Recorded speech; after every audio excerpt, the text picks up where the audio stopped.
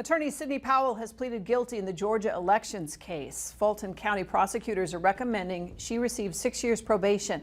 In return, Powell must testify in future trials, perhaps including the former president's. She also promised to write an apology letter to Georgia voters. Powell is admitting she had a role in breaching election systems in rural Georgia County in 2021.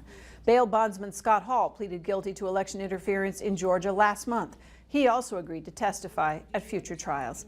We've got more national headlines. Alan Miller's here with more. Well, Monica, after losing the first 2 votes to be the next Speaker of the House, Representative Jim Jordan is now supporting an effort to grant temporary powers to House Speaker Pro Tem Patrick McHenry. The move would allow the House to return to normal business while members continue to look for a new Speaker. Jordan lost 20 Republican votes on the first ballot and 22 on the second. It's not clear if or when the House will hold a third vote. If such a measure is put forward, it will need support from Democrats in order to pass. A U.S. journalist has been detained in Russia, the second since the war in Ukraine started. Alsu Kurmashiva is a dual Russian-American reporter with Radio Free Europe, Radio Liberty. She was detained in the southwest Russian city of Kazan while awaiting the return of her passports. She's been charged with failure to register as a foreign agent, a designation Russia requires. The charge carries a maximum sentence of 5 years in prison.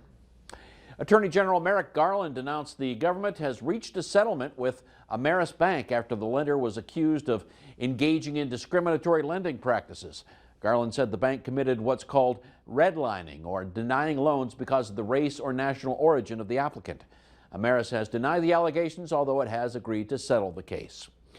And one of the stories we're working on for First News at 6, we'll look at how a federal review rated the state's coal industry. Back to you, Monica.